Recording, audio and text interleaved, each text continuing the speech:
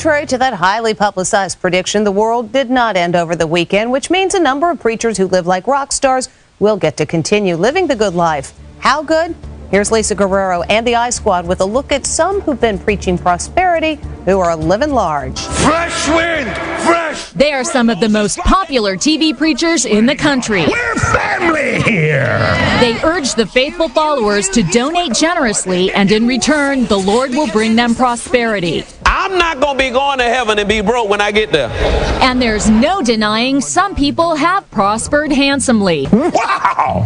The pastors themselves. They live like rock stars with huge mansions, private jets, and fancy cars. Their lifestyles are so lavish, 6 of them have been investigated by the U.S. Senate, like Paula White, who lives in multi-million-dollar homes in New York City and Tampa, Florida. And Creflo Dollar. He gets around in style, flying in private jets to preach around the country. He owns this mansion in an exclusive Atlanta suburb. Mr. Dollar, how do you Not one of them would agree to an interview about their opulent lifestyle. How do you justify your $1 million mansions and your jets to all of your donors, sir? Oh, yeah. But when it comes to opulence, few religious leaders compare to Kenneth Copeland.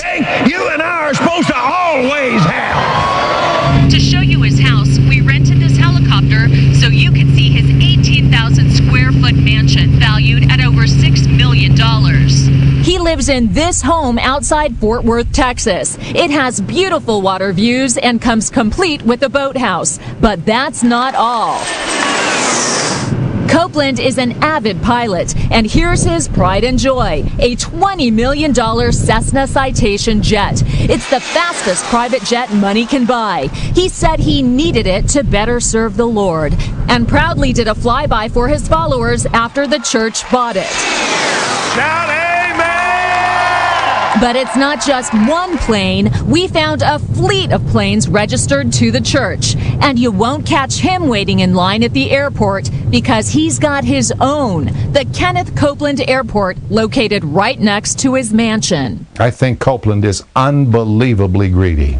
Ole Anthony heads the Trinity Foundation, a religious watchdog group that worked closely with the Senate committee investigating Copeland and other TV preachers. Televangelism alone is at least a $2.5 to $3 billion industry, untaxed, unregulated. That's right. By law, religious groups like Copeland's are exempt from federal taxes, and they don't have to report how they spend their money to anyone. Amen. Copeland's church takes in tens of millions a year through donations and selling books and DVDs to his donors. She sent them a lot of money, a whole lot of money. When Christy Parker's mother died of cancer, she found diaries that showed her mother sent Copeland most of her life savings, hoping her faith and donations would cure her of her terminal disease. What do you think of Kenneth Copeland's lifestyle? TV doesn't do it justice.